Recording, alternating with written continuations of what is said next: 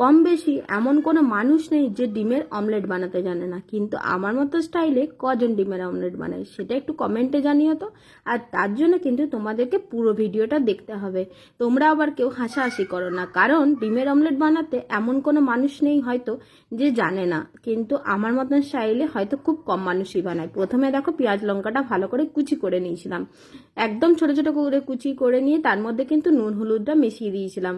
আর নুন হলুদটা প্রথমে আমি মিশিয়ে দিয়েছিলাম পেঁয়াজ লঙ্কাটার মধ্যে একটা কারণ হচ্ছে ডিমটা যখন ফাটিয়ে দেবো তখন কিন্তু এক জায়গায় নুন হয় আর এক জায়গায় নুন হয় না, সেই জন্যই কিন্তু আগের থেকে নুন হলুদটা মিশিয়ে নিলে তখন কিন্তু ডিমটা যখন ভাজা হবে তখন কিন্তু সব জায়গাটায় ডিমের নুন হলুদ সমান পরিমাণে থাকবে, সেই জন্যই কিন্তু আগের থেকে মিশিয়ে নিয়েছিলাম। তারপরে দেখো ডিমটা ফাটিয়ে গুলিয়ে নিলাম আর এখানে তেল গরম করতে দিয়ে দিয়েছিলাম। তেল গরম করার পরে তার মধ্যে কিন্তু ডিমটা ফাটিয়ে দিয়ে দিলাম। আর ডিমটা ফাটানোর পরে কিন্তু বেশি নাড়ানাড়ি করতে হবে না, যেহেতু আগের থেকে আমি পেঁয়াজ লঙ্কাটার মধ্যে নুন হলুদ মাখিয়ে রেখেছিলাম।